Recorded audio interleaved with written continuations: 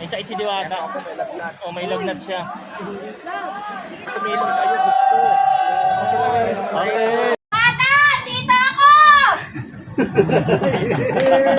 Ayan, ano na natin store boy si Diwata, guys.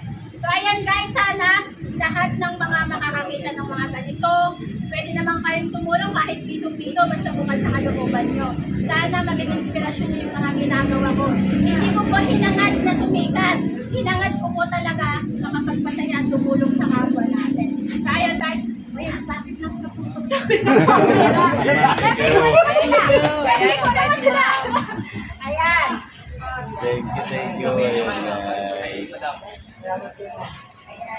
Alam nyo, sa totoo lang, sinabi ko nga kanina, kung nakuha ko lang yung bahay ni Papagawa ko, kunin ko na kayo doon. Kaso hindi pa talaga na-take out yung bahay namin. Pero ipagpadasal natin na sana makuha ko para at least kayo muna titira kayo sa Mandala.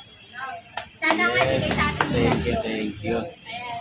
Ang bait sa Manila. Ma'am, ano pangalan niyo, ma'am? May heart cares po, may heart cares. Ayun. Lihat guys. So, may content na naman sila.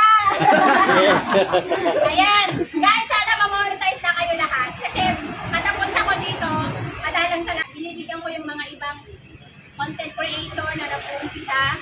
Binibigyan ko sila ng video nila para at least meron silang pa-viral at makumita na rin sila sa vlog. Sana ganun din kayo, yung mga baguhan. Wow. Nakita niyo na! Meron naman, kuya. Wala naman yan. Saan? Ilan sa yan eh? Dilata. Open mo lang. Wala po kasi kami